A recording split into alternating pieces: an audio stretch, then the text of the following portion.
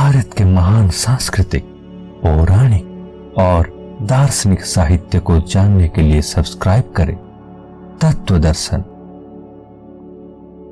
श्री साई बाबा के शुभ आशीर्वाद सह अथ श्री साई सच्चरित अध्याय 1। वंदना।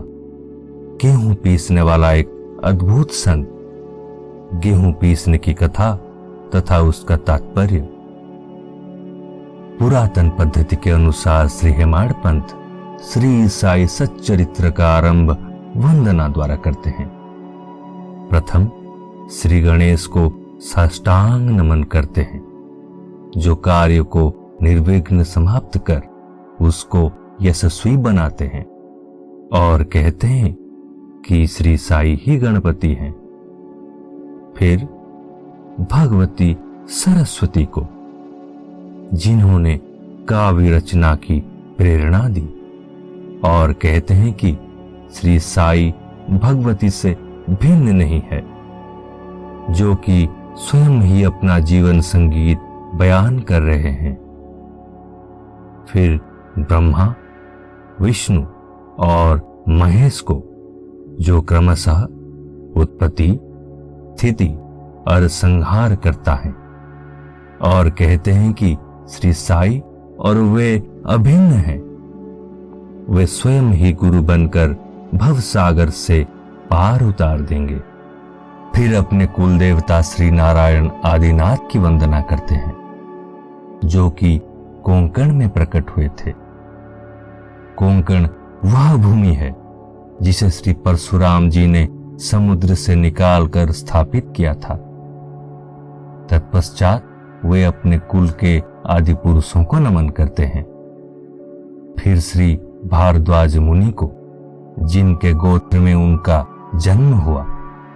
पश्चात उन ऋषियों को, जैसे याज्ञवल्क्य, भृगु, पाराशर, नारद, वेदव्यास, सनक सनंदन, सनत कुमार, सुक, सौनक, विश्वामित्र, वशिष्ठ, वाल्मीकि, वामदेव, जैमिनी, वैशंपायन, नव योगेंद्र इत्यादि, तथा आधुनिक संत जैसे निवृत्ति, ज्ञानदेव, शोपान, मुक्ताबाई, जनार्दन, एकनाथ, नामदेव, तुकाराम, कान्हा, नरहरि आदि को नमन करते हैं। फिर अपने पितामह सदाशिव, पिता रघुनाथ और माता को, जो उनके बचपन में ही स्वर्गत हो गई थी। फिर अपने चाची को, जिन्होंने उनका भरण पोषण किया, और अपने प्रिय ज्येष्ठ भ्राता को नमन करते हैं। फिर पाठकों को नमन करते हैं, जिनसे उनकी प्रार्थना है कि वे एकाग्रचित होकर कथामृत का पान करें। अंत में श्री सच्चिदानंद सद्गुरु श्री साईनाथ महाराज को, जो कि श्री दत्तात्रेय के अवतार और उनके आश्रयदाता हैं, और जो ब्रह्म सत्यम जगन मिथ्या का बोध कराकर समस्त प्राणियों में एक ही ब्रह्म की व्याप्ति की अनुभूति कराते हैं। श्री पाराशर, व्यास और सांडिल्य आदि के समान भक्ति के प्रकारों का संक्षेप में वर्णन कर अब ग्रंथकार महोदय निम्नलिखित कथा प्रारंभ करते हैं। गेहूं पीसने की कथा। सन 1910 में मैं एक दिन प्रातःकाल श्री साई बाबा के दर्शनार्थ मस्जिद में गया। वहां का विचित्र दृश्य देख मेरे आश्चर्य का ठिकाना ना रहा कि साई बाबा मुंह हाथ धोने के पश्चात चक्की पीसने की तैयारी करने लगे। उन्होंने फर्श पर एक टाट का टुकड़ा बिछा, उस पर हाथ से पीसने वाली चक्की रखी। वे कुछ गेहूं सूप में निकाल लाए और अपनी कफनी की बाहें चढ़ा मुट्ठी से चक्की में गेहूं डालकर उन्हें पीसना आरंभ कर दिया। मैं सोचने लगा कि बाबा को चक्की पीसने से क्या लाभ है, उनके पास तो कोई है भी नहीं और वे अपना निर्वाह भी भिक्षावृत्ति द्वारा ही करते हैं। इस घटना के समय वहां उपस्थित अन्य व्यक्तियों को भी ऐसी ही धारणा थी, परंतु उनसे पूछने का साहस किसे था। बाबा के चक्की पीसने का समाचार शीघ्र ही सारे गांव में फैल गया और उनकी यह विचित्र लीला देखने के हेतु तत्काल ही नर नारियों के भीड़ मस्जिद की ओर दौड़ पड़ी।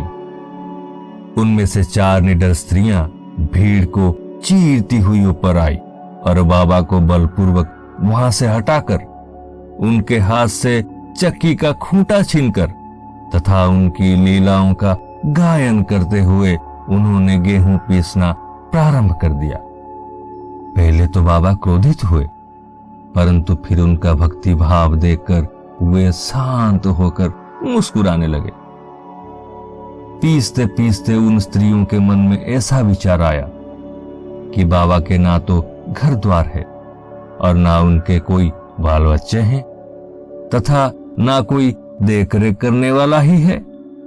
वे स्वयं भिक्षावृत्ति द्वारा ही अपना निर्वाह करते हैं, अतः उन्हें भोजन आदि के लिए आटे की आवश्यकता ही क्या है। बाबा तो परम दयालु हैं, हो सकता है कि यह आटा वे हम सब लोगों में ही वितरण कर दें। इन्हीं विचारों में मग्न रहकर गीत गाते गाते ही उन्होंने सारा आटा पीस डाला। तब उन्होंने चक्की को हटाकर आटे को 4 समान भागों में विभक्त कर लिया और अपना अपना भाग लेकर वहां से जाने को उद्यत हुई। अभी तक शांत मुद्रा में निमग्न बाबा तत्क्षण ही क्रोधित हो उठे और उन्हें अपशब्द कहने लगे। स्त्रियों, क्या तुम पागल हो गई हो? तुम किसके बाप का माल हड़प कर ले जा रही हो? क्या कोई कर्जदार का माल है जो इतनी आसानी से उठाकर लिए जा रही हो? अच्छा, अब एक कार्य करो कि इस आटे को ले जाकर गांव की मेड़ अर्थात सीमा पर बिखराओ। मैंने शिरडी वासियों से प्रश्न किया कि जो कुछ बाबा ने भी किया है उसका यथार्थ में क्या तात्पर्य है। उन्होंने मुझे बतलाया कि गांव में विषुचिका अर्थात हैजा का चोरों से प्रकोप है और उसके निवारणार्थ ही बाबा का यह उपचार है। अभी जो कुछ आपने पीसते देखा था वह गेहूं नहीं वरन विषुचिका अर्थात हैजा थी, जो पीस कर नष्ट भ्रष्ट कर दी गई है। इस घटना के पश्चात सचमुच विषुचिका की संक्रामकता शांत हो गई और ग्रामवासी सुखी हो गए। यह जानकर मेरी प्रसन्नता का पारावार ना रहा। मेरा कौतूहल जागृत हो गया। मैं स्वयं से प्रश्न करने लगा कि आटे और विषुचिका अर्थात हैजा रोग का भौतिक तथा पारस्परिक क्या संबंध है? इसका सूत्र कैसे ज्ञात हो? घटना बुद्धिगम्य सी प्रतीत नहीं होती। अपने हृदय की संतुष्टि के हेतु इस मधुर लीला का मुझे 4 शब्दों में महत्व अवश्य प्रकट करना चाहिए। लीला पर चिंतन करते हुए मेरा हृदय प्रफुल्लित हो उठा और इस प्रकार बाबा का जीवन चरित्र लिखने के लिए मुझे प्रेरणा मिली। यह तो सब लोगों को विदित ही है कि यह कार्य बाबा की कृपा और शुभ आशीर्वाद से सफलतापूर्वक संपन्न हो गया। आटा पीसने का तात्पर्य। शिरडी वासियों ने इस आटा पीसने की घटना का जो अर्थ लगाया वह तो प्रायः ठीक ही है, परंतु उसके अतिरिक्त मेरे विचार से कोई अन्य अर्थ भी है। बाबा शिरडी में 60 वर्षों तक रहे और इस दीर्घ काल में उन्होंने आटा पीसने का कार्य प्रायः प्रतिदिन ही किया। पीसने का भी प्राय गेहूं से नहीं वरन अपने भक्तों के पापों, दुर्भाग्यों, मानसिक तथा शारीरिक तापों से था। उनके चक्की के 2 पाटों में ऊपर का पाट भक्ति तथा नीचे का कर्म था। चक्की का मुठिया जिससे कि वे पीसते थे वह था ज्ञान। बाबा का दृढ़ विश्वास था कि जब तक मनुष्य के हृदय से प्रवृत्तियां, आसक्ति, घृणा तथा अहंकार नष्ट नहीं हो जाते, जिनका नष्ट होना अत्यंत दुष्कर है, तब तक ज्ञान तथा आत्मानुभूति संभव नहीं है। यह घटना कबीरदास जी की इसके तदनुरूप घटना की स्मृति दिलाती है।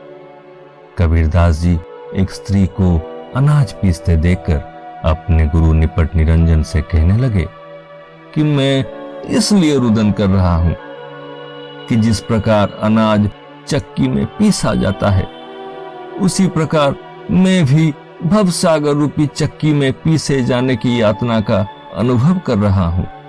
उनके गुरु ने उत्तर दिया कि घबराओ नहीं, चक्की के केंद्र में जो ज्ञान रूपी दंड है उसी को दृढ़ता से पकड़ लो। जिस प्रकार तुम मुझे करते देख रहे हो उससे दूर मत जाओ, बस केंद्र की ओर ही अग्रसर होते जाओ, और तब यह निश्चित है कि तुम इस भवसागर रूपी चक्की से अवश्य ही बच जाओगे।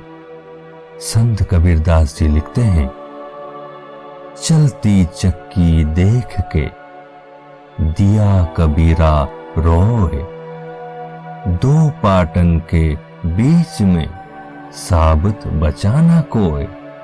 श्री सद्गुरु साईनाथार्पणमस्तु। शुभम भवतु, शुभम भवतु, शुभम भवतु।